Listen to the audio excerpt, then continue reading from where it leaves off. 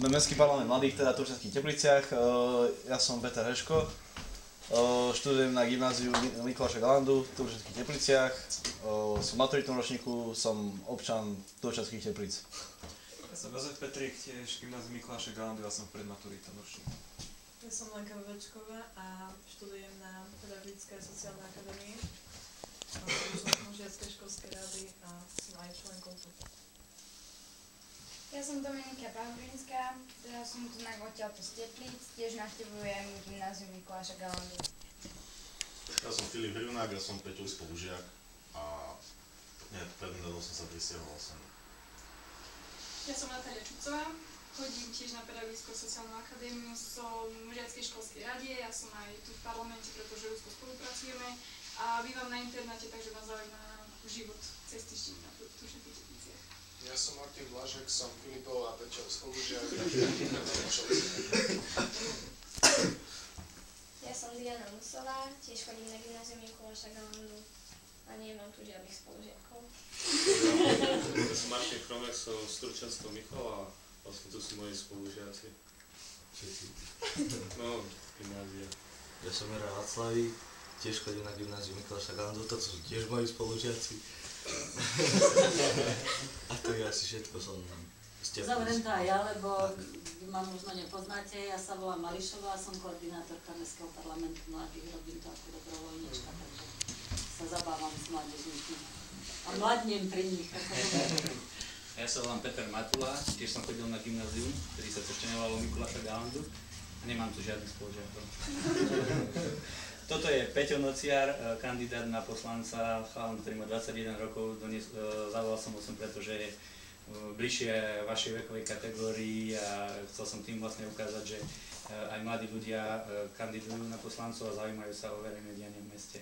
Čiže ak by potom ste mali na ňu nejaké otázky, tak ľudne sa bude pripravený odpovedať. Možno aj poviem niečo asi o sebe. No, ľudne. Tak už som povedal, že som študoval na gymnáziu v Tepliciach. Po skončení gymnázia som rok pracoval ako robotník v Tatranábytku, ktorý už momentálne nefunguje. Potom som išiel do Trnavy, kde som začal študovať politológiu na Trnavskej univerzite. Tam som skončil vlastne 2 odbory, politológiu a sociológiu. Po skončení školy som začal pracovať ako politický analytik, neskôr som prešiel rôznymi pozíciami od hovorcu politickej strany, PR manažera v PR agentúrach, novinára v Hospodárskych novinách, predtým v Národnej obrode, a potom zase hovorcu politickej strany, asistenta poslanca Národnej rady a tak ďalej, takže mám toho za sebou celkom dosť a naposledy som pôsobil 7 rokov v samospráve, najskôr ako prednosta Mestského úradu v Turčianskych Tepliciach a teraz naposledy som pôsobil ako prednosta obecného úradu v Chorvátskom Grobe pri Bratislave. Momentálne som živnostník a pracujem ako komunikačný poradca pre rôzne firmy a spoločnosti, ktoré si ma objednajú. A kandidujem na primátora Turčianskych Teplíc, mám 40 rokov, som slobodný, mám priateľku a to je asi tak všetko. Samozrejme, že keď budete mať otázky, tak vám zodpoviem čokoľvek. Ďakujeme. My sme teraz začali tými otázkami. Neviem, máme vypracovanú teda aj schválenú koncepciu práce s mládežou a chcem by som sa teda opýtať, ako by ste vy, keby ste boli zvolení, postupovali ďalej možno aj v pokračovaní tejto koncepcie práce s mládežou, alebo celkovo, čo by ste robili pre mladých? Niekoľko rokov som bol predsedom Liberálnej mládeže Slovenska, to bola celoslovenská mládežnícka organizácia pri jednej politickej strane, takže tú prácu s mladými mám odskúšanú. Ja sa stále cítim ako mladý človek a myslím si, že dosť podporovateľov mám práve zo strany mladých ľudí. Považujem to za jednu z takých priorít svojich podporovať mladých ľudí. Ja si veľmi vážim, že ste vytvorili parlament mladých, lebo málo mladých ľudí sa zaujíma o spoločenské dianie. Každý má svoje starosti, svoje problémy a väčšinou sa mladí ľudia zaujímajú úplne iné veci, nie o politiku, nie o verejný život, nie o to, ako by zlepšili svoje fungovanie alebo svoj život v meste. To je pre mňa veľmi prínosné, že to robíte a samozrejme ja som veľmi otvorený človek, otvorený spolupráci, takže bol by som veľmi rád, keby som v prípade, že ma zvolia obyvateľia mesta, mohol s vami spolupracovať. Určite chcem aj prostredníctvom poslancov v prípade, že by prešiel napríklad Peťo, že by sme nadviazali nejakú užšiu spoluprácu a on by sa mohol stať napríklad zástupcom vašich nejakých názorov, cieľov v mestskom zastupiteľstve. A samozrejme ja budem mať otvorené dvere vždy v prípade, že ma zvolia teda aj pre vás a vypočujem si, aké máte vy návrhy a určite ja nie som človek, ktorý návrhy odmietam, ale vždy sa chcem dohodnúť a pomôcť tam, kde sa dá. Ďakujeme. Máte ďalšie otázky? Pokračuj, tebe to ide. Dobre, tak ja sa budem pýtať ďalej. Ďalšia naša otázka smeruje teda k tomu, že v Turčianskych Tepliciach teda mám ja a myslím, že nie som jediný pocit, že mladí ľudia nemajú moc priestor na brigádu, pretože Tesco, Byla jednota to sú väčšinou poobsadzované. A chcem sa teda opýtať, ako by ste, keby ste boli zvolení, riešili tento problém. No, to je dosť ťažká otázka. Dá sa povedať, že brigádu zabezpečujú organizácie alebo súkromní podnikatelia.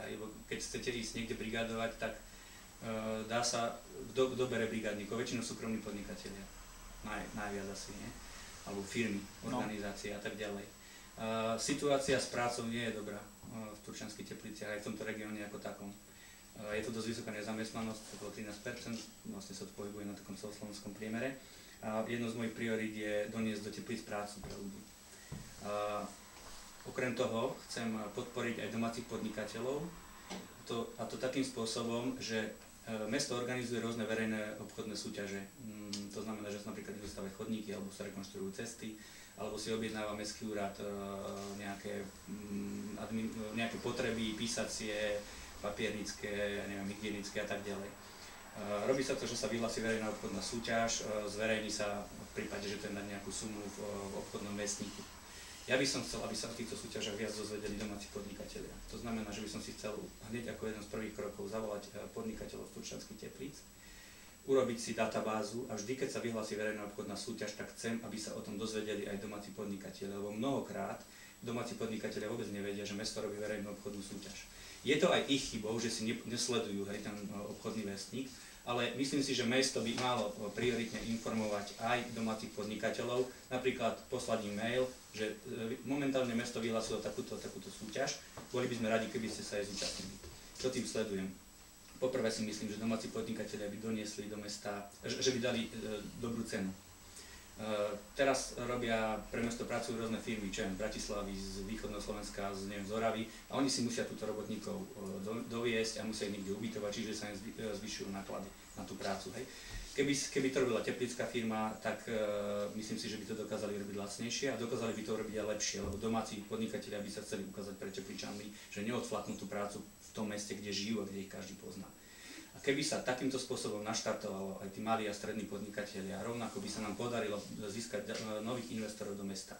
Máme tu halu Monedy, ktorá skrachovala, respektíve bola v konkurze, je to prázdne. Máme tu Tatra nábytok, kde som aj rok pracoval, je to momentálny priestor, ktorý je zarastený trávou, nič tam nefunguje, nepodniká sa tam. Toto by som chcel začať riešiť tak, aby sme doniesli do Turčianskych Teplíc investorov, ktorí by tu začali niečo robiť a zamestnávali by ľudí. Tým sa dostávam aj priamo k odpovedi na vašu otázku, že keby sme tu rozbehli malých stredných podnikateľov, takéto podniky, cestovný ruch a tak ďalej, tak by sa vytvorili aj určite nejaké miesta na brigády pre študentov. Ale v tejto situácii, keď podnikatelia majú sami čo robiť, aby prežili, aby zamestnali sami seba, prípadne svojich nejakých rodinných príslušníkov, lebo väčšinou fungujú ako malé rodinné firmy, je veľmi ťažké získať brigádu pre študentov a aj prácu pre ľudí, ktorí už dlhé roky prácu nemajú. Ďakujem. Ja by som len ešte jednu vec, predsa len že som povedala, že budem ticho, ale chcela som upozorniť na jednu vec, keď ste hovorili o tom verejnom obstarávaní. Je povinnosť teraz, verejná správa môže obchodovať len cez verejný portál. A tam, pokiaľ sa tí domáci neprihlásia, tak nemajú šancu. A zatiaľ to ako nefunguje. Pritom už na okresnom úrade existuje človek, ktorý zabezpečuje tieto veci, ale sa nehlásia. Takže ako toto je treba, možno, že si takéto veci ešte ošetriť. Áno, treba to odkomunikovať. Oni musia o tom vedieť, že aké majú možnosti a čo musia urobiť, aby sa mohli do tej súťaže zapojiť. Ale keď oni ani nevedia, že je taká súťaž vyhlásená, okrem toho vieme, že sa To je to robí. platné od 1.1.2015 a pokiaľ to oni sa tam neprihlásia, tak nemajú šancu získať vôbec voľakú zákazku. Nie o to, že nemajú informácie ako na to vlastne. No len ako zákon je pre všetkých a dnes Zákon je pre všetkých, ale vlastne, Dobre, ale ja si nemyslím zase, že keď sa do 1.1.2015 neprihlásia, že už nesmú sa nikdy prihlásiť, to No určite... môžu sa prihlásiť, len je to treba sa už teraz na to pripravovať, pretože ono je to už vyhlásené a bez toho nebude možné s verejnou správou vôbec obchodovať. To len ako na... Áno, ale proste treba im to dať vedieť, treba sa s nimi stretnúť, porozprávať, dať im možnosť, lebo dnes sa to robí tak, že mesto zavolá niekomu, dohodne sa s ním, že dajte nižšiu cenu, budete to mať vy a ostatní sú vyradení do súťaže a robí sa to poza chrbát. Proste takto by sa to robiť nemalo. No. Ešte by si Peťo mohol povedať o tom, alebo teda hoci ktorý z vás nakoniec aj Maťo, keď sme boli v Novom Jičíne, tam navrhovali ten spôsob, ako možnosť zamestnávať na brigádnickú činnosť práve mládež. Takže oni si to tam riešili určitým spôsobom, preto vlastne my máme aj toto tu zobrazené, lebo máme aj, alebo pracujeme na jednom projekte, volá sa Európa 2030, kde je na spoluprácu so samosprávou. A boli sme aj na výmennom pobyte v Holešove, kde boli aj zástupcovia z Jičína, takže... No, tam vlastne rozprávali o tom, že oni tam mali taký systém, vytvorili si projekt v spolupráci s mestom, mesto vyčlenilo nejaké finančné prostriedky, nakúpili sa farby, štece a nejaké tie finančné prostriedky teda boli vyčlenené a vyhlásila sa teda nejaká letná brigáda pre mladých, mladí sa zapísali, mesto im dalo teda tie potrebné materiály a mladí poopravovali lavičky, ploty a takéto rôzne veci, mosty v parku a potom dostali za to ešte aj ako za brigádu peniaze, takže to bolo také, malo to viacej účelov, že aj si mladí zarobili, aj si viacej vážili to, čo spravili vlastne, čo už potom asi moc neničili, keď sa to sami spravili, a zároveň aj mesto malo spravenú tú robotu. Takže toto bol taký projekt, ktorý nám oni tak ako osvetlili, ako to u nich riešili. Myslíte, že by bolo niečo také možné aj tu? Určite áno, ja si myslím, že hej. A viem, že momentálne sa to rieši cez aktivačných pracovníkov. To sú ľudia, ktorí sú nezamestnaní dlhodobo a štát vyčlenuje nejaké financie na týchto ľudí. Mesto ich zamestnáva a práve oni, mesto nemusí na nich vynaložiť žiadne peniaze, ale dostanú, respektíve niečo musí, nejaké spolufinancovanie tam minimálne je, ale vlastne financuje štát a takíto ľudia práve robia tieto práce. Ale určite by sa to možno dalo to, lebo je tu toho veľa, čo treba urobiť, hej, práve také lavičky opraviť, niečo ponatierať, zábradlia na mostoch a tak ďalej. Takže a títo neurobia všetko, hej, oni väčšinou urobia nejaké práce, ale dalo by sa určite dohodnúť aj na tomto, že by sa vyčlenili nejaké finančné prostriedky.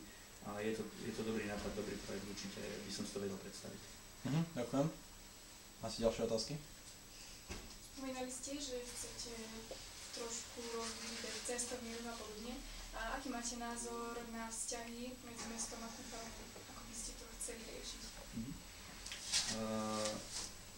Hovorím od začiatku, ako som oznámil svoju kandidatúru, že jednou z mojich priorít je ukončiť spory s kúpeľmi a začať spolupracovať. Mal som už aj niekoľko stretnutí s pani riaditeľkou, kde sme si povedali svoje predstavy, aké mám ja predstavy, aké majú kúpele. Našli sme tam prienik, povedali sme si, že vieme si predstaviť spoluprácu v prípade, že by som bol zvolený. Určite považujem za veľmi dôležité, aby táto situácia napätá, ktorá tu je momentálne, skončila. Kým tu bude primátor pán Sigu, tak neskončí. To je realita, pretože medzi vedením kúpeľov a pánom primátorom sú už veľmi napäté aj osobné nevraživé vzťahy a kým tu bude on, tak kúpeľe nebudú spolupracovať. Čiže ja v tejto sfére cítim, že je potrebná zmena vo vedení mesta, už len preto, aby mesto začalo spolupracovať s kúpeľmi, lebo je to viac menej najsilnejšia organizácia, najsilnejší zamestnávateľ v meste. Toto mesto žije najmä z cestovného ruchu, lebo kúpeľné mesto. Keby to neboli kúpeľe, tak sme asi dedina. A tie kúpele sú to veľmi dôležité a ja si myslím, že mesto a kúpele musia spolupracovať, musia nájsť spoločné riešenia, spoločné projekty, musia spoločne organizovať kultúrne, športové podujatia, nesmú si robiť zle, ale musia si vychádzať v ústretí, čo sa týka, viem, že kúpele teraz chcú rekonštruovať nejaké kúpeľné domy, a tak ďalej, potrebujú spoluprácu, potrebujú, aby mesto urýchlilo stavebné konanie, aby nerobilo problémy, zbytočné prieťahy a tak ďalej, takže toto sú veľmi dôležité veci, ktoré treba začať okamžite riešiť. To by bola jeden z prvých krokov, stretnutie s predstaviteľmi kúpeľov a dohodnutie si podmienok spolupráce, prípadne možno aj uzatvorenie nejakého memoranda o spolupráci, kde by sa určili nejaké pravidlá hry. Ďakujeme. Ja by som sa spýtal ďalšiu otázku teda. Myslím, že medzi mladými je tak všeobecne známe, že v Tepliciach, tak to poviem, zdochol pes. Nie je tu nikde sa akože cez víkendy alebo po večeru nejak zabávať. Väčšina mladých ľudí teda ide sa zabávať niekde do Martina, alebo do Žiliny, alebo do Bystrice. Ako by ste riešili tento problém? No, to je taká otázka skôr na vás, že čo by ste chceli, lebo že zabávať sa ako. Keď tu bola diskotéka, tak tam ľudia nechodili, ja som tam párkrát bol večera prázdna, takže neviem, že čo očakávate. Myslím si, že náš šport sú tu nejaké podmienky, že sú tu tie multifunkčné ihriská, dá sa tu ísť bicyklovať, dá sa ísť na turistiku, dá sa ísť behať. Momentálne vo výstavbe športová hala Hangar Center, tam budú nejaké ďalšie možnosti pre mladých, takže myslím, si, že podmienky tu sú nejaké, ale čo aj, chýba tu diskotéka napríklad, hej. Ale to nie... Koncerty by sa mali robiť, aj také veci, že aj to je napríklad taká možnosť, že tam tiež môžu mladí chodiť, viete. Tak... Pre mňa je dobré, aby som počul to, čo mladí chcú a v spolupráci sa snažil niečo robiť, lebo ja nemôžem povedať, že asi chcete toto, tak vám zorganizujem toto a tam nikto nepríde. Čiže aj tá spolupráca s parlamentom mladých, alebo aj všeobecne s mladými, lebo asi nezastupujete všetkých mladých v meste, ale... Na to máte v podstate nás, no. No, áno, tak, ale proste sa ľudí pýtať, čo chcú, lebo aj napríklad, keď sa organizujú dni mesta, sú tu kapely, ja som niekedy strašne sklamaný, koľko málo ľudí tam príde. A je tu špičková kapela slovenská, ktorá je na najvyšších priečkách hitparáde v rádiách, ale príde tu 200 ľudí. Ako ja pýtam sa, kde tí ľudia sú, je to zadarmo. Prečo sedia doma a neprídu sa pozrieť na tie koncerty? Hej. Ja keď som teraz pôsobil v Chorvátskom Grobe, to je dedina pri Bratislave, má to nejakých 5 až 7 tisíc obyvateľov, tak keď sa tam organizovali dni obce, tak tam prišlo 1000 až 2000 ľudí. Tam bolo neskutočne veľa ľudí. A tu v Tepliciach, keď sa organizujú dni mesta, tak je tam strašne málo ľudí. A potom sa pýtam, že čo tí mladí ľudia vlastne chcú, keď majú zadarmo koncerty, jeden za druhým a neprídu. Prečo? To sú také otázky, na ktoré si ani neviem odpovedať niekedy. No, neviem presne, v čom je táto chyba, ale keď sme sa my pýtali mladých ľudí práve z toho projektu Európa 2030, tak niekoľko mladých ľudí nám teda povedalo, že im chýba nejaká kultúra alebo nejaký klub, teda nočný, diskotéka alebo niečo podobné v Tepliciach. A zároveň aj máme v pláne teda sa pýtať ďalej, nielen mladých ľudí, ale celkovo občanov Turčianskych Teplíc v rámci tohto projektu. Takže uvidíme, aké budú výsledky, ale tak zatiaľ je taká situácia, že teda mladým ľuďom tu chýba nejaká teda kultúra, ak to tak môžem povedať. Ináč, neviem, nočný klub, toto nie, ako, ja rozumiem, že ho chcete, a ja by som ho chcel, však som mladý, rád sa idem zabaviť, ale to nie je prioritná funkcia mesta. Čo teraz má mesto založiť nočný klub? To je funkcia podnikateľov práve, že? Podporiť podnikateľov. Čiže mesto musí vytvoriť priestor pre podnikateľov, začať s nimi spolupracovať, hovoriť s nimi o problémoch, hovoriť s nimi, čo tu mladí chcú. A takouto formou, ale momentálne ani neviem, že priestory na taký klub, či tu sú vôbec. Bol klub dole pod Relaxom, pod dnešným rezidentom, tam to začalo vadiť ubytovaným. Keďže tam chodilo veľmi málo ľudí na tie diskotéky, tak jemu to asi nerobilo tržby. Väčšie tržby mu robia ubytovaní ľudia. A tým vadilo, že sa tam fajčilo, že tam bol hluk, že tam hrala hudba, tak to zrušili, hej, už nie je tu žiadna diskotéka momentálne. A ja ani neviem momentálne, že či je niekde v Teplicách nejaký priestor, kde by také niečo mohlo byť. Viem, že ten Hangar Center, čo sa stavia tá športová hala, keď som sa bavil s tými majiteľmi, oni tam chcú robiť aj koncerty, aj nejaké takéto záležitosti, možno aj diskotéky. Ďalšia možnosť, čo sa dá urobiť, kedy si bývali diskotéky, to si budete pamätať, v Kaske, nad Požiarnou Zbrojnicou.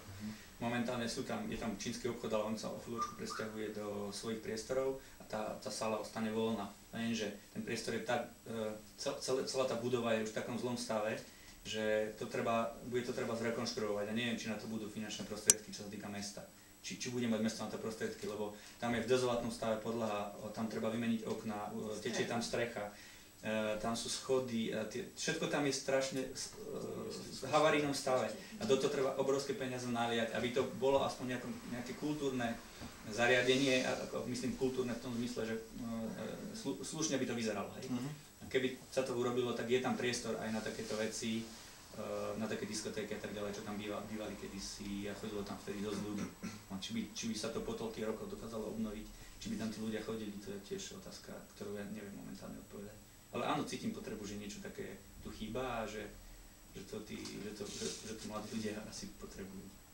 Dobre, ďakujem. Ešte by som predsa doplnila, vsunuli ste mi do úst práve tú budovu, čo sme boli v Holešove, tak v podstate takúto veľkú budovu vlastne, alebo teda je to mestské, ale je tam centrum voľného času. A je to vlastne určené pre mladých. Oni tam robia rôzne aktivity, že či by sa nedalo do budúcna možno uvažovať s niečím takým, aby tam bolo centrum voľného času, že aj keď by to mesto vlastne prerábalo, alebo by sa snažilo to opraviť, aby mladí ľudia mali sa kde stretávať, že by to naozaj bolo pre nich, pretože treba v tom Holešove je tam tiež plno miestnosti, veď ste sa tam aj bavili, majú tam veľkú halu, kde môžu hrať futbal, volejbal, basketbal, sú tam rôzne vystúpenia pre mladých, že vlastne je tam človek, alebo je tam riaditeľka, plno dobrovoľníkov, ktorí sa starajú o to centrum voľného času. Ale vlastne poskytlo to mesto a vyloženie pre mladých. Takže či by možno, že bola možnosť aj uvažovať nad niečím takýmto, že neuvažovať len nad podnikateľským priestorom, zbaviť sa toho. Vravím, že je to otázka peňazí, no, lebo tá rekonštrukcia tých priestorov bude stať dosť veľké peniaze. A práve preto sa to možno rieši aj tým spôsobom, že dohodnúť sa s nejakým podnikateľom, že urobíte tam niečo, že kde by mohli bývať svadby, diskotéky, niečo a ešte opravíte ten priestor za vlastné a bude sa vám to odpočítať z nájmu. No, lebo mládež bude mať stále len tento malý priestor, no, takže oni naozaj pociťujú toto, že by chceli sa kde si stretávať aj vo večer. Toto im zatiaľ vyhovuje, lebo nie sú taká veľká skupina a je to ako v pohode, len ak by chceli čo robiť, tak je problém. To je skôr také na zváženie do budúcna. No, na povale.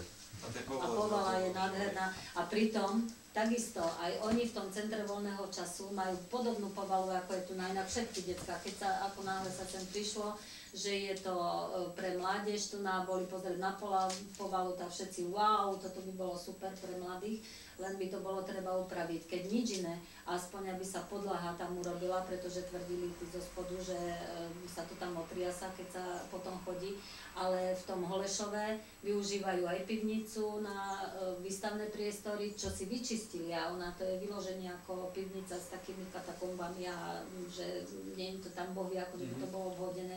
Sú tam len veľké sieťky nahodené, aby to trošku vyzeralo.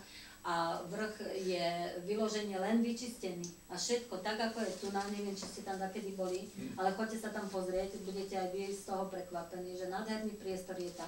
Stačilo by ho len naozaj vyčistiť a tie podlahy tam opraviť a dalo by sa využívať aj taký, ako je, lebo v tom Holešove, tom vyložení využívajú dokonca divadlo tam hrali na tému síce holokaustu, ale práve ten priestor bol úžasný v tomto. Ale ešte aj keď sme tam fotili, tak sú tam ešte aj... My sme to už riešili, nie?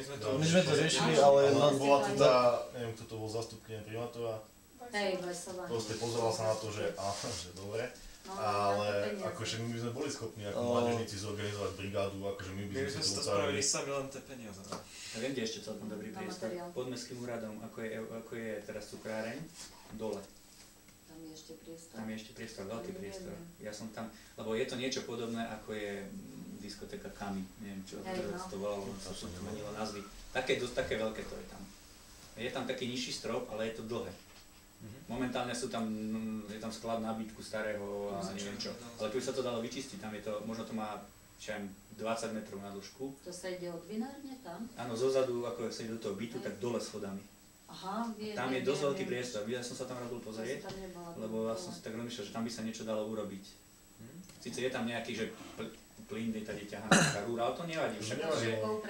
to sa dá upraviť. Lebo my sme fakt boli schopní zohnať ľudí, akože spolužiť ako kamarátov a tak ďalej a zorganizovať veľkú brigádu, že tu upraceme a porobíme niečo, ako však poznáme viacej ľudí.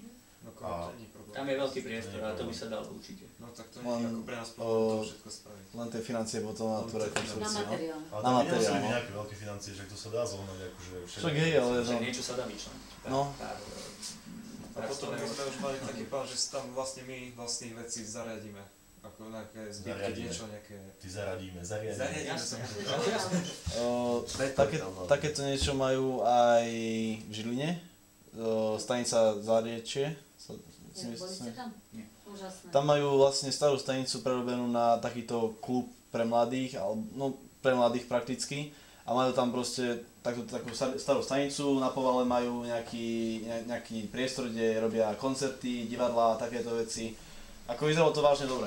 Dolu majú nejakú kaviareň a vlastne vravili, že ako dobrovoľníci to teda robili a dostali len tie peniaze z grantu, no. Takže takéto niečo... si postavili z bedničiek a zo od piva, no. Bedničiek od piva a zo Slavy si spravili ďalšiu sálu, kde budú robiť divadla. Takže to bolo také... Dobrý nápad aj. Ale však mesto má grantový systém, má určité peniaze vyčlenené na niekoľko, či 70, či koľko, teraz nepamätám, vyše 50 000 eur, tam sa mi zdaje. Keď napíšete dobrý grant, tak ja nevidím problém, prečo by ste nemali dostať na to peniaze a zariadiť si ten priestor za to. Či je pre všetkých?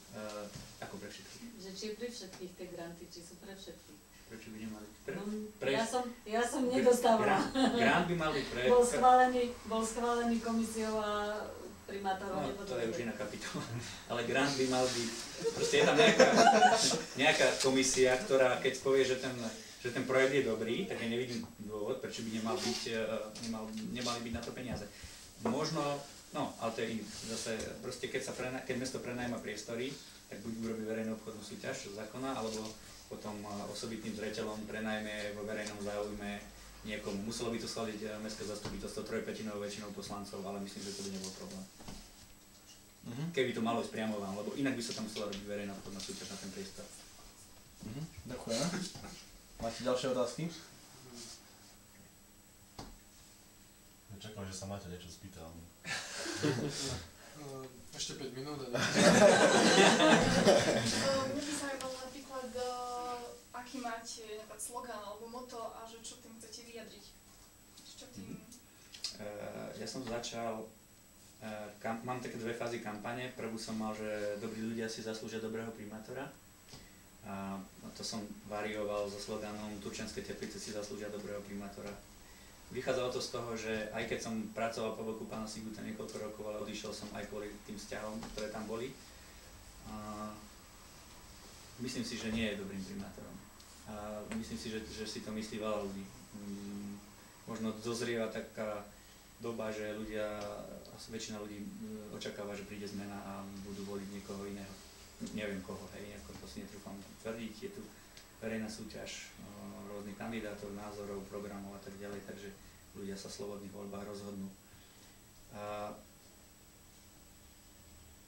Myslím si, že momentálne mesto dobrého primátora nemá, aj pre tie spory s kúpeľmi, aj pre to, že nerešpektuje iné názory, nemá rád kritiku, keď má niekto iný názor, tak je jeho nepriateľ a tak ďalej, takže myslím si, že mesto potrebuje úplne iného primátora a ja si myslím, že by som takým dokázal byť, preto mám ten slogan, že Turčianske Teplice alebo dobrí ľudia si zaslúžia dobrého primátora.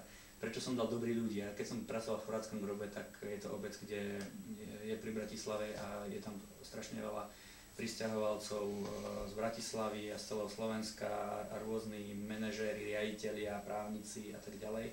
Všetci sú tam strašne múdri, všetko vedia, všetko kritizujú a nikto nevie nič, iba oni vedia všetko.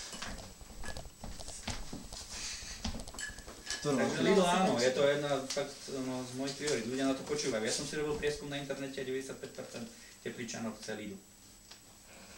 Veď áno, ľudia to chcú, hej, len tam bol ten najväčší spor, boli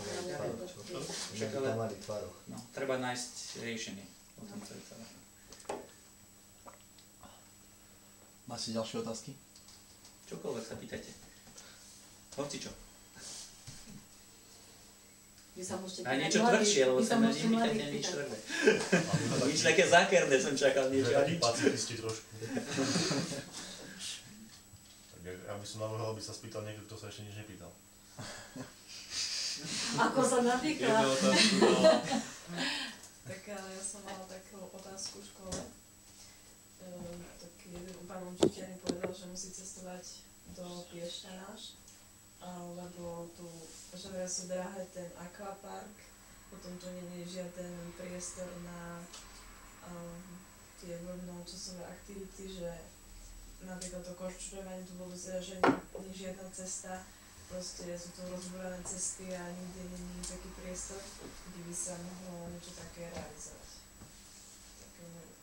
Otázka je. Otázka, či by sa také niečo mohlo zrealizovať, nie to. A on chodí do Piešťan, čo? Čo tam chodí? Korčulovať. Ako sa dáva korčulovať? Až do Piešťan korčulovať. Pri Novej Bani je bližšie, tak stále sa chodia korčulovať. To zrejme asi je klasické, lebo tak, že možno mu to lepšie vidia. Neviem, že... Ale toto korčulovanie si myslela ako skatepark, nie? Nie, že také, Taký okolo mesta, ako tu majú v Bratislave, to majú... Aj v Žiline to majú. No, tiež mám v programe, že vybudovať tú dráhu na koliskové korčulovanie, len to je, poprvé sú problém pozemky, že získať, lebo tie pozemky nepatria, mesto nemá také pozemky, hej, ja neviem, mali sme takú predstavu niekde prepojiť Turčianske Teplice s, mám pocit, s Rakšou, tam je nejaká taká stará cesta, ktorá by sa dala opraviť. Poprvé tie asfalty sú neskutočne drahé peniaze, to sú veľké peniaze, to by sa dalo jedine cez eurofondy, ale ešte predtým by to bolo potrebné vyriešiť nejak majetkovo. No to sú najťažšie veci, že tam môže byť 500 vlastníkov pod tými cestami rôznych a všetko to je taká komplikovaná robota, ale bolo by to super, keby to bolo. Ja by som to sám chcel, ja chodím korčulovať, hej. Tak len to je, no, ťažká vec. Tá spolupráca s tými kúpeľmi, tak potom cez parč by sa dal obnoviť ako ten asfalt, taký okruh, lebo tam by to bolo tiež... Neviem, tam zase bol trošku problém, keby sa v parku pustili korčuliári, že tam chodia sa kúpeľníci prechádzať mnohokrát ľudia. Nie, že by sa vyčlenila taká cesta pre nich, neviem, či viete, či je tá alej, čo... No to viem, tady som chodil, keď som bol malý do školy každý deň, takže... Takže či tady by sa nedalo niečo vymyslieť. To je skôr otázka na kúpeľu, že či by s tým súhlasil. No, viem, že pani rejiteľka tam chce urobiť nejakú... Ako, už neviem to slovo, kto to volá, ona tam chce urobiť niečo, tú alej využiť na niečo a chce tam robiť, respektíve v spolupráci s mestom, vybudovať amfiteáter v parku. Môžem otázku, že... Promenádu. To už sa spýtaj, no. Cestách. My tu máme takú slávnu cestu, paralelku. Áno. No, že čo by ste s ňou vedeli spraviť? To slávne, zoberieme vedránu, mali a ideme. Máme miešačky na starter. Tá cesta sa mala mnohokrát už upravovať. Potom sa rozmýšľalo, že by tady prišla R3, tak sa to z také iniciatívy aj tie samosprávy tak ustali, lebo sa očakávalo, ako sa rozhodne vláda, že kade tá R3 bude, lebo v prípade, že by R3 išla tady to, tak by bolo zbytočné opravovať cestu a budovať ešte novú. Samozrejme, že sa rozhodlo, že tá R3 nepôjde, tak zase sa dostala do hry táto oprava tejto cesty, len stále vláda má teraz momentálne prioritizujú výstavbe diaľnic, chce prepojiť Bratislavu s Košicami a všetky peniaze idú tam. Stále sľubuje, že áno, my vieme, že tu tá pádnolka alebo betónka, ako sa to volá, tankodrom momentálne to volajú, že je v katastrofálnom stave a ja som asi pred pol rokom prišiel s takou petičnou akciou, kde som zbieral podpisy od ľudí na petíciu za komplexnú rekonštrukciu tej panelovej cesty medzi Turčianskými Teplicami a Martinom. Vyzberal som čakal som viacej, že to ľudí podporí, lebo to išlo aj do Martina, aj do obcí Turca, ktoré trpia tým, že tie auta chodia teraz cez tie dediny, aj v Turčianskych Tepliciach, len samozrejme, že keď pán primátor vedel, že to organizujem ja, tak to nepodporili Teplice. Vyberal som okolo 2000 podpisov, asi cca. Aj elektronicky to išlo, bolo to na stránke www.changenet.sk, to je taká stránka, kde sa dajú petície a rôzne aktivity pod podpisovať elektronicky a časť mám normálne vyzberané na petičných hárkoch, hlavne z obcí Kláštor pod Znievom, Príbovce a takto Mošovce, ktoré mi poslali. Idem to zaniesť práve budúci týždeň na ministerstvo dopravy. Medzi tým sa celá tá vec pohla dopredu. Momentálne, čo mám informácie, možno ste to aj čítali, bolo to aj v médiách, že prebieha výberové konanie na dodávateľa alebo na projekty alebo na zhotoviteľa stavby, neviem presne, a budúci rok, že by sa mala tá cesta začať rekonštruovať. Tu dúfam, že to začne, ale aj napriek tomu, že už sú prísľuby, tá petícia pôjde na ministerstvo, aby videli, aby cítili ten tlak ľudí, že to ľudia potrebujú a vyžadujú, lebo zase sa môže stať, že zase zrazu nebudú peniaze a sa to zastaví ten projekt. Hej. Takže ja chcem, aby tí zastupiteľia, vlastne štátni predstaviteľia cítili tlak z toho regiónu, že už ľudia nechcú ďalej čakať a že žiadajú opravu tú cesty, aby sa s tým neprestalo, aby sa to urobilo, ako bolo slúbené.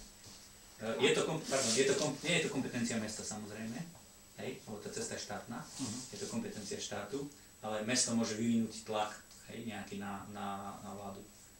A ja som to sa pokúšal, ja nie som primátor, nie som zastupca mesta, tak som aspoň robil tú petičnú akciu, kde podpísalo 2000 ľudí a aspoň toto chcem zaniesť na ministerstvo, aby cítili, že tam ten tlak je. A v prípade, samozrejme, že mesto má nejaké páky, a neviem, dá sa niečo vymyslieť.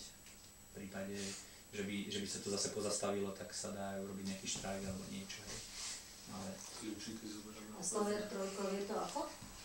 No viem, že tady to nemá ísť, ale mám pocit, neviem, či cez Kari to má ísť teraz presne, ale nie, cez nás. Ale sa stále tlačilo, že to musí stať auto, lebo my strátime na tom, keď to pôjde cez Bystricu. No ale nepôjde, to už je rozhodnuté. Tam to bolo, bo... definitívne rozhodnuté, lebo vieš, že to bolo definitívne rozhodnuté za nás a alebo teda, aby to išlo cez nás a predsa si to Bystričania presadili. Ide to cez Bystricu. Akurát nedávno som bolo, že to... Tady to ide, už to je schválené. No to sme si tiež navarili sami. Presne. Lebo sa začalo naťahovať, že či to pôjde bližšie k háju, hájania nechceli, robili tieto, potom začal primátor vymýšľať, že to pôjde cez tam diviaky k hájikom, tak no, kde sa dvaja bili, tretí víťazí. Ale myslím si, že to nebolo až kvôli tomu, to bolo skôr, že Bystrica si presadila, ale pán Vážny, ktorý je Bystričan, tak mám pocit, že to preloboval v Smere, že to pôjde tady aj viac. Bolo to na spadnutie nebyť toho, že sa začali vadiť, tak si myslím, že... Ale myslím si, že si tá vládni predstaviteľe vylobovali tady, kde oni majú bližšie domov a asi tak to bolo. A čo so zdravotníctvom? No, to je napríklad ten projekt zdravotníctvo, nová poliklinika. Ja si myslím, že ten projekt, ktorý tu je pripravený, by mal dostať zelenú. Mesto momentálne tomu investorovi, ktorý má už nakreslený projekt, má aj financie, lebo poviem už novú informáciu, mal financie, mal úver, ktorý povedal, že do roka vie postaviť tú novú polikliniku. Vieme, že tá stará poliklinika, tie priestory sú už dosť v zlom stave, neinvestuje sa tam, patrí to VUC Žilina, tá budova, časť primátorovi. A oni nemajú financie na to, aby to nejako zrekonštruovali a tak ďalej. Vieme, že tam chodia ľudia na druhé poschodie na chirurgiu, keď máte zlomenú nohu, alebo starí ľudia musia ísť po schodoch. Proste je to katastrofa. A tento človek prišiel, dokonca, že ho na to ukecal pán primátor, on mi povedal, niekde na horách, že aby tu prišiel a aby tu začali stavať ten KIK, to obchodné centrum, aj tú polikliniku. No a on nakoniec teda sa rozhodol, že do toho ide, zohnali si peniaze, nakreslil si projekt, dal do toho už nejaké svoje peniaze. Teraz zrazu dostali od mesta červenú, lebo že nevyhovuje to z dopravného hľadiska, parkovacie miesta, nie je tam dostatočný priestor na odbočenie z hlavnej cesty a tak. Ja to si myslím, že to sú výhovorky, lebo keby sa chcelo, tak sa nájde riešenie. Ale ja viem, že blokuje samotný Žilinský samosprávny kraj. Áno, lebo oni potrebujú ešte nejaké 2-3 metre z toho priestoru tých cestárov. A tam, že im to zamietli, tak neviem, ale ja si myslím, že by sa dalo dohodnúť, keby mesto zase zalobovalo na VUC, alebo ten projekt by sa nejako prekreslil, že by sa to tam vmestilo nejako inak. Ja si myslím, že oni si skôr chránia tieto budovy, aby sa využili, aby to radšej niekto rekonštruoval. Ako tie, čo ale kto by to mohol rekonštruovať, keď to patrí, to oni môžu. No veď hej, ale že keby to predali, lebo oni to ponúkali aj na predaj tie priestory. Aj to je možné. Takže oni by to radšej sa chceli takto zbaviť, ako dať zelenú novej výstavbe a toto tu nechať. Ale včera som dostal mail od pána toho konateľa, toho investora teda, že tie peniaze, ktoré mali už s banky uvoľnené na tento projekt, momentálne využili na iné projekty, lebo nemohli čakať. Tak začali financovať úplne niečo iné, niekde úplne inde. Takže... Neviem, ale oni začali aj komunikovať už s neštátnymi lekármi a chceli to vlastne vybudovať tak, že prenajmú neštátnym lekármi. Predsa by to bola moderná budova, kde tie veci, možno pohotovosť by tam bola, boli by tam, ten chirurg bol na prízemí, čiže aj tá bezbariérovosť by bola zabezpečená tak ďalej. Ale ja si myslím, že oni ten projekt ešte úplne nezavrhli a v prípade, že sa zmení vedenie mesta, tak sa bude hľadať nejaký kompromis, aby sa ten projekt zase obnovil. To je ten fakt, že zdravotníctvo v Tepliciach nie je teraz. Ja by som sa ešte spýtal ku tým cestám.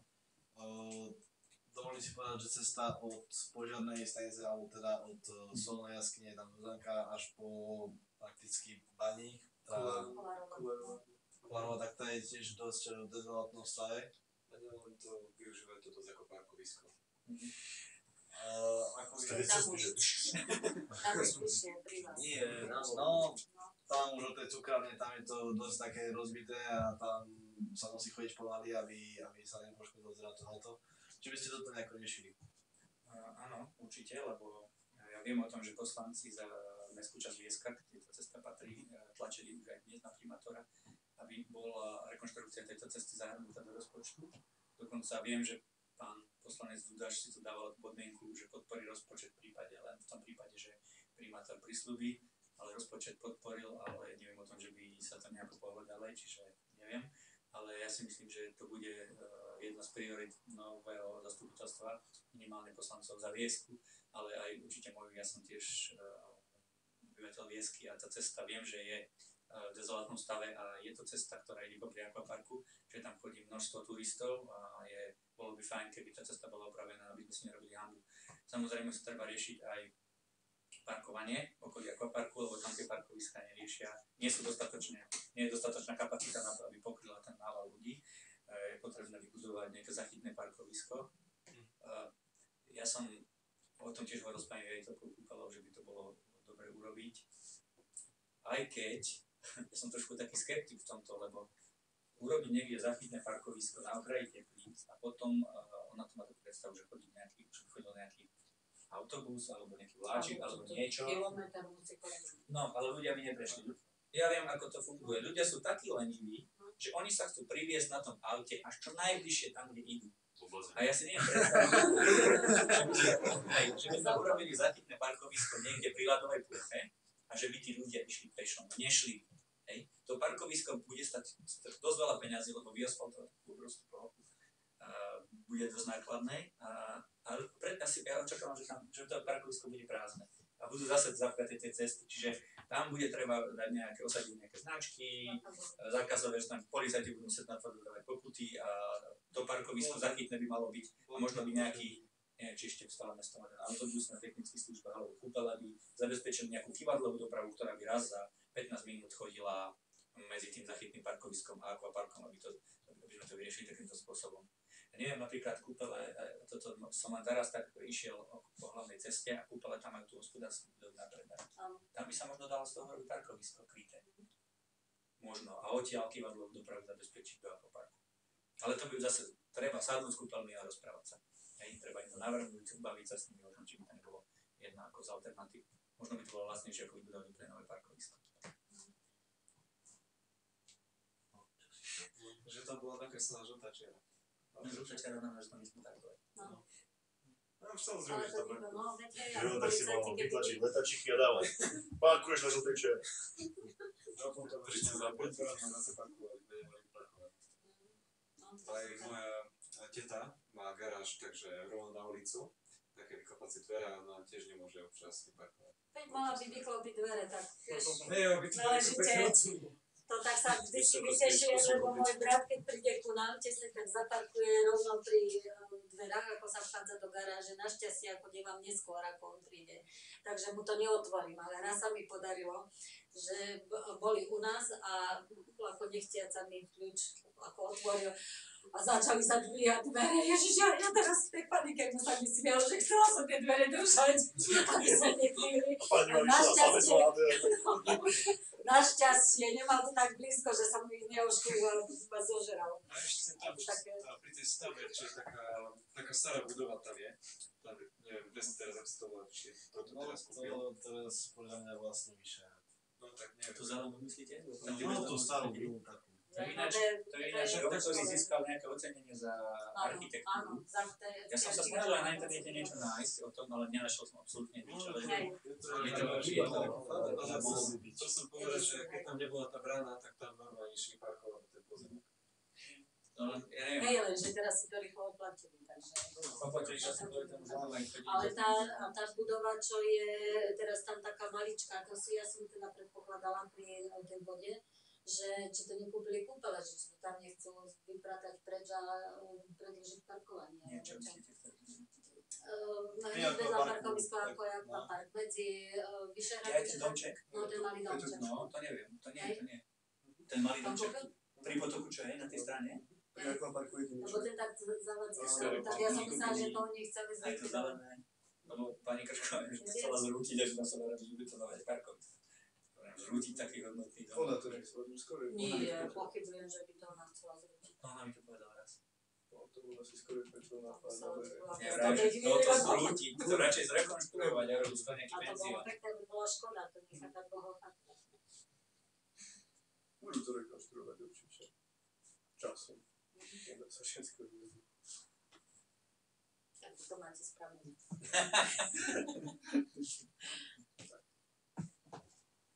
Vy ste jej? Moja starka je sestra. Teraz kto? Nociarová. Zuzá? Áno. Je... Moja stará mama. Vaša stará? Ona si to si robila. Kde? Tante. V kuchyni? Ona robila v kuchyni, ale ja som v kuchyni neviem. A prečo? Ja som robila aj chovová, tak neviem v kuchyni. Asi ďalšie otázky. Ja sa chcem spýtať, že aký má názor, že čo chcete vy robiť s klziskom, s ľadovou plochou, či máte ju v pláne zastrešiť, lebo pán Sigur to sľuboval a... Mám to v programe, chcel by som to urobiť, lebo tá ľadová plocha by sa dala potom využívať viacej ako teraz. Na všetko bude záležať od financií. Ja predpokladám, že by mohli byť na to peniaze z eurofondov. Teraz v roku 2015, 2014, 2020 bude nové programové obdobie a budú vypísané nové nejaké štruktúrálne fondy aj pre samosprávy. Tak, ale neviem zatiaľ na čo, ale predpokladám, že na také veci ako športoviska, rozvoj cestovného ruchu, námestie, že by sa dalo rekonštruovať cesto. Myslím, že toto je asi posledné obdobie, kde budeme môcť čerpať financie Slovensko z Európskej únie. A tu sa chcem na toto dosť poľahnúť, lebo veľa toho tu treba urobiť, ale miesto na všetko peniaze mať nebude. Ani keby si bral úvery, keď nebude mať na všetko a tak ďalej, takže chcel by som to, ale či na to budú peniaze prioritne z eurofondov, takéto veci. Aj rekonštrukcia zimného štadiónu, zastrešenie, rekonštrukcia kúpaliska Vieska, to tiež je potrebné, takže je toho tu veľa čo robiť a všetko bude závisieť na peniaze samozrejme. Ako si viete predstaviť podporu spolupráce s obcami? Lebo mal by ísť líder, čo iné regióny veľmi vo veľkom teda využívajú a snažia sa im podporiť miestne akčné skupiny, takže či ste ochotní aj vy v tomto podporiť? Spoluprácu s obcami na nejakom projekte, alebo teraz neviem? Teda ministerstvo pôdohospodárstva ešte, to je už 8 rokov dozadu, dvakrát vyhlásilo, alebo teda je programová os, volá sa LEADER, ktorá podporuje miestne akčné skupiny a to sú, alebo podporuje vytvorenie miestnych akčných skupín a to je vlastne podmienka, aby bolo ucelené územie. My sme sa o to pokúšali dvakrát, aby sme teda získali tú podporu, kde bolo možné získať až 2 milióny eur, kde by sme rozdeľovali peniaze priamo tu v tomto regióne. Tam som takisto došla trošku do sporov s primátorom a najnovšie teraz, keď sa pripravuje program hospodárskeho a sociálneho rozvoja, tak pán primátor nie je ochotný so mnou komunikovať. Radšej volá niekoho úplne iného a pritom vie, že miestnu akčnú skupinu chceme my.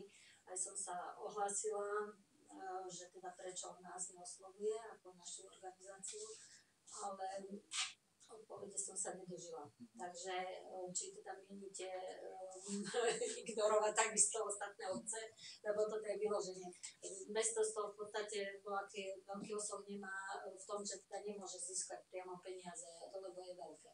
Ale vlastne pomôže rozvoju obciam. A práve o toto ide, že aby nebola zablokovaná tá spolupráca s tými obcami. Ja nemám dôvod zablokovať nejakú spoluprácu s obcami, ako neviem ako príčinu, že prečo by som. Ako o tomto programe veľa neviem, neviem o tom takmer nič by sa bolo povedať, priznám sa, ale tak... Podporené sú treba z Liptov, je podporený, tí vybudovali krásne cyklotrasy, cyklocesty, dokonca Žilinský samosprávny kraj, keď sme boli na rokovaní tiež s mládežníkmi tam, tak takisto hovorili, že budú vo veľkom podporovať práve by sa dalo cez toto, no? Ak by sa dalo cez toto urobiť, tak ten pán profesor by musel prísť do Pišťana, možno by mal bližšie do... Práve cez tieto miestnu skupinu sa dajú práve poprepájať tie obce a vytvoriť sa, alebo napojiť sa dokonca ešte aj na tie druhé regióny.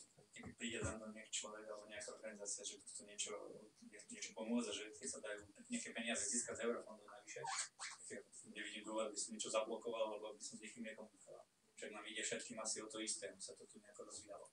Pán primátor robí momentálne, ja to volám predvoľné meetingy, on rieši teraz PHSR, program hospodárskeho sociálneho rozvoja, ale ten skončil aj oplatou z roku 2013. To zo zákona je povinnosť mať do konca tohto roka, lebo my spolupracujeme s okolitými obcami. Viem, ale on bude pripravený až niekedy v roku 2015, čo som niekde čítal. Hej, od roku 2015 len by mal byť teraz pracovať. Ale to je PHSR na roky 2014 až 2020. A 2014 už končí, takže sa to mohlo začať trošku skôr pripravovať. No, tam trochu bol problém práve na ministerstve, lebo nemali ujasnené ešte oni tie podmienky, to smerovanie. A stále tvrdili, že sa to musí spracovať podľa ich smerovania. My ako naša organizácia Partnerstvo Horného Turca pripravujeme, alebo teraz spolupracujeme s okolitými obcami, ale pripravujeme a pomáhame im spracovávať tie programy. Čiže je náhoda, že sa to pripravuje pred voľbami. Inak aj predchádzajúce veci boli na meste, keď sa v roku, to boli 2007, 2006 boli voľby a 2007 boli programové obdobie od 2007 do 2014. Takisto ste dostali PSR už a pohotovo. Bola hotová. No, takže to sa tiež tak robila. Robila sa tesne predtým. To tiež, je to tak, žiaľ, je to tak nadstavené. Ale zase na druhej strane si myslím možno, že mladých to nezaujíma, ale na druhej strane, pokiaľ zistujem a komunikujem so všetkými, s občanmi, s tými anketami, alebo priamo komunikovať aj s organizáciami, tak musím dostať objektívne požiadavky tých ľudí. A si myslím, že kdokoľvek, kto je na tej stoličke, tak musí to byť pre ňoho smerodajné. Že možno, a nakoniec ten program je vlastne rámcový a každým rokom by sa mal obnovovať, alebo mal by sa prehodnocovať. Tak ako my sme spracovali koncepciu práce s mládežou, je to tiež na roky 2007 až 2014 a takisto sme mali požiadavku, aby sa každý rok rozpracovávali jednotlivé tie úlohy, aby sme aj my mali čo v rukách, že teda čo môžeme požadovať a že aj si kontrolovať, či sa tieto úlohy plnia, to, čo mladí chceli, aby sa aj vedenie mesta malo čo oprieť, že áno, toto mladí chcú, takže poďme do toho. No len žiaľ, máme to v roku 2014 a nespravilo sa nič, pretože nebola vôľa. To PHSR, ktoré bolo vypracované, sa ani nerobilo. To bol dokument, ktorý bol na CD-čkách a na nejakých papieroch zatvorený v šuflíku a použilo sa to len vtedy, keď to bolo treba priložiť projektom na žiadnosť. No žiaľ, že sa nepoužil, lebo ja oslovil inžinier Chvojka, aby som teda ako spoluspracovateľ predchádzajúceho programu vyhodnotila, tak najprv som ako sa cítila urazená, že pozvať ma nechcú, ale chcú odo mňa vyhodnocovať. Ale predsa som sa do toho pozerala a zistila som, že zo všetkého bolo možno 2 veci splnené. Takže som to vyhodnotila, ako všetko takmer nie. No tak ako si myslím, že je to ako na škodu, pretože naozaj by sa to malo robiť do všetko.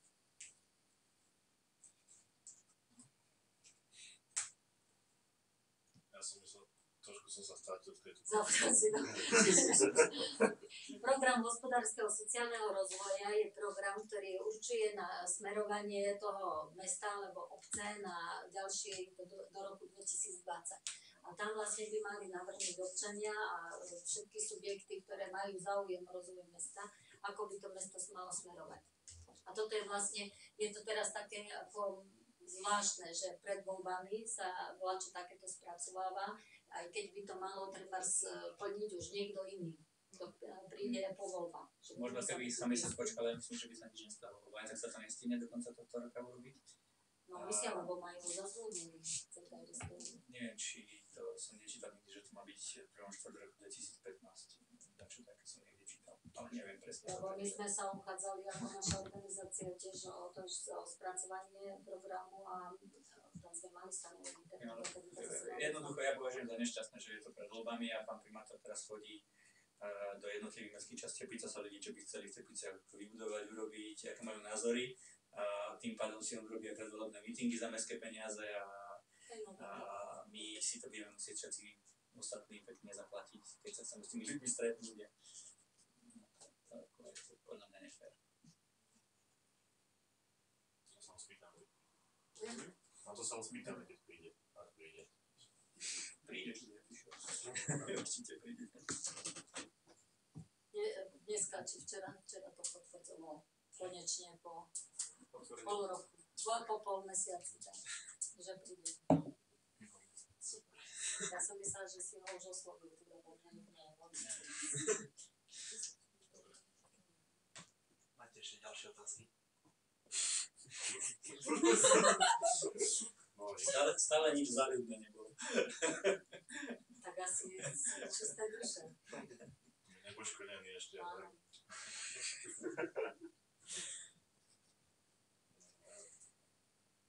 Asi ďalšie otázky prídu na nejaké verejné diskusie kandidátov. Ak budú. Kto by prišiel? Aké médium? Juro, s foťakom. Ale myslím si, že nejaká debata bude. Taký Juro deň. To by ste museli iniciovať. Budem iniciovať. Keď to nebude nič, tak bude. Ľudia vytvorili. Juro seba. Budeme vystrať pri dnes, keď to prší na píše. 7 Juro. To bude verejná diskusia. Ja mám to len, aby bola, lebo ja chcem, aby ľudia, aby sme tam všetci 4 predstúpili a aby sa mali ľudia pýtať. Aby sme im vedeli odpovedať na otázky, ktoré budú mať. A možno si vymenili názory medzi kandidátmi, lebo tak výmena názorov by, myslím si, že urobila veľa ľuďom, ktorí sa nevedia rozhodnúť nejaký obraz. A mohli by tam padnúť aj otázky, ktoré ešte dodnes nebudú zodpovedané, ktoré mňa osobne zaujímajú. Inak toto plánujeme nejak spísať a zverejniť, teda samozrejme vám to najprv pošleme, ak vám to teda nebude vadiť. A ak nám to teda spálite, čo sme teda vybrali z tejto celej diskusie, budeme to potom zverejnili na našej stránke na Facebooku, ak vám to teda nebude vadiť. Mohol by som teda poprosiť váš mail? petermatula@petermatula.sk To si nezapovedáš. Nebudete všetko spolu. Máme aj na mojej stránke www.petermatula.sk, tak tam je kontakt na mňa. Dobre. Máte letáčiky teda. Áno, tam sú letáčiky. Keď si chcete. No žiadne bodky, nič. Meno, priezvisko, zavínač, meno, priezvisko.sk. Dobre, taká. No, tak ak nám ešte nechcete niečo povedať, čo... niečo, čím by ste nás chceli osloviť, alebo niečo podobné. Máte tu niekto 18? Majú tam. Dvaja potenciálni voliči. Máte ani nie, lebo nemôžem to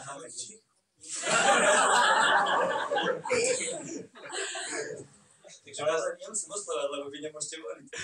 Ale šíria. Ale zase moja mama povedala, že koho je poviem, že má voliť, tak bude voliť. Ako nie, že dá aj na môj názor, že keďže sa teda stretávam s tými kandidátmi, takže chcela by vedieť aj ona. No to mi povedali aj moji rodičia, takže... Mamu vyšleš na verejnú diskusiu. Ale to vyšlem, ale tak určite budete vedieť aj môj názor, takže...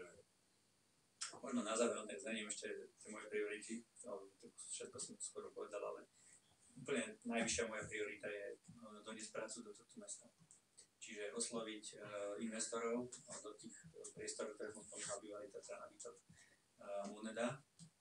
Začať spoluprácu s kúpeľmi, to znamená rozvoj cestovného ruchu, rozvoj malých a stredných podnikateľov, ktorí participujú na tom cestovnom ruchu. A potom oslovenie tých podnikateľov pri tých verejných obchodných súťažiach, domácich podnikateľov. Druhá vec, rekonštrukcia verejného osvetlenia v celom meste do 1 roka, kompletné vymenenie všetkých lamp. Sa chválili, že vymieniali, nie? Robili len pár ulic, ale existuje teraz projekt, že sú firmy, ktoré to robia tak, že vymenia všetky svetla a potom tá investícia, tú investíciu zaplatí tá firma, mesto ju spláca z tej úspory. Hej, viacero samospráv. Mesto nezaplatí nič, vymenia sa všetky svetla, ale platí stále to, napríklad čo je 100 000 eur ročne stojí elektrická energia, ale keď sa vymenia svetla, bude 50 000.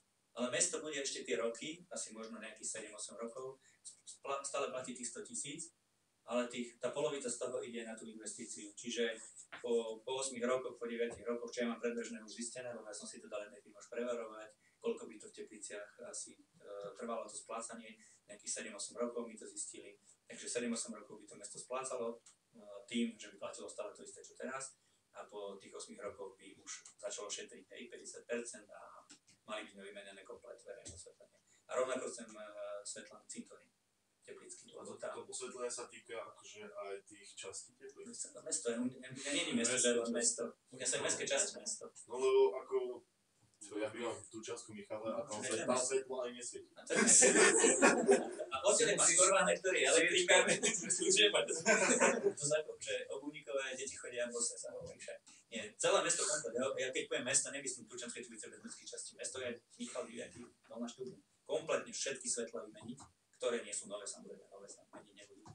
A chcem aj doplniť tam, kde nie sú, lebo niekde chýbajú. Hej, idete po ulici, zrazu tmavý, 200 metrový tma ako v rohu, že nevidíte tam nič. Proste doplniť a urobiť komplet toto všetko. A aj ten cintorín, lebo ľudia tam chodia večer na hroby a je to dosť nebezpečné. A tu mám ešte otázku aj osvetlenie v parku. Takto. Osvetlenie. No, ja som začal s pani riaditeľkou kúpeľa, ona mi povedala, že svetlá patria mestu. To som bol prekvapený, lebo som to nikdy nepočul. Že vraj parky, no vieme, že parky kúpeľní, ale mesta, svetla patria že vraj mestu. Preto ich oni neopravujú, lebo som sa pýtal, prečo ma neopravia svetlo. Ale čo inštalovali? Ona, neviem, ona povedala, že svetla sú mestské. Musel by som si to preveriť, neviem. Ale to poviem ďalšiu vec. Kúpele by chceli zrekonštruovať komplexne celý park cez Eurofondy, ale tak, že by to zobralo mesto. Pani riaditeľka má predstavu, že by zobralo mesto kúpele do vlastníctva na nejakých 15 rokov. Áno, to špekulovali predtým, na nejakých 15 rokov. A za ten čas by zrekonštruovalo mesto ten park cez Eurofondy, lebo kúpele sú súkromná firma a oni majú nevýhodnejšie podmienky, ako sa rozprávi cez Eurofondy. Mesto má 95%, zaplatia Eurofondy 5% spolufinancovanie. A oni to chcú teda na 50 na 50, čiže tam vyššie náklady. Toto je pre nich výhodnejšie. Ona má predstavu, že 15 rokov by si to zobralo mesto, potom by mesto vrátilo. Toto sa mi ako principiálne je fajn, že ten park treba zrekonštruovať, urobiť tam tie svetlá, vybudovať amfiteáter, bolo by to super, lebo by to využilo aj mesto a ten park predsa nám slúži aj mestu, ľuďom, obyvateľom mesta. Trochu sa mi nepáči, že tých 15 rokov a potom my to urobíme a zrazu to vrátime kúpeľom obytových. Tak možno by som sa snažil dohodnúť s kúpeľmi možno na 20 na 30 rokov. Aby to bolo zase, nebolo to také okaté, že sa to zrekonštruuje a potom sa to vráti. Zase že proste za mestské peniaze alebo za eurofondy sa zrekonštruuje súkromný majetok, aj keď na druhej strane je to majetok, ktorý využívajú všetci ľudia.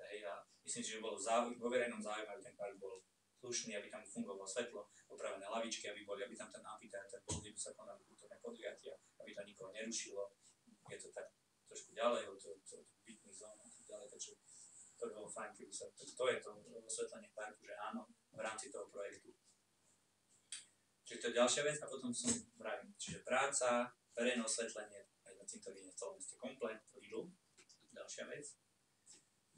A to sú také asi moje 3 hlavné priority, čo tak ako najviac presadzujem. Samozrejme, že tam mám viacero, tak nie je len to rekonstrukcia kúpaliska. Tiež cez eurofondy chcel by som solárne panely na výhrev vody, aby sa dlhšie kúpalisko nejako udržiavalo. Nebolo len cez leto, ale možno ešte by sa to potiahlo do septembra a možno začalo trošku skôr, keby tá voda bola teplejšia, alebo teraz ten prameň je dosť, tá voda nie je až taká teplá, kým to dotečie, tak je dosť chladná, ale myslím si, že sa to tam dá využiť, že je tam ten priestor tej starej tribúny, že to bolo nesapalovalo, že by sa tam dali tie solárne nejaké panely, ktoré by vyhrievali zároveň vodu a tak ďalej. Čiže toto, tá ľadová plocha, si myslím si, že keď dokázal súkromný investor postaviť hangar center, a ten istý princíp sa premýšľal na zastrešenie zimného štadióna, že by sa to dalo, že by na to vedelo nájsť buď mesto prostriedky, alebo nájsť investora, ktorý by to urobil.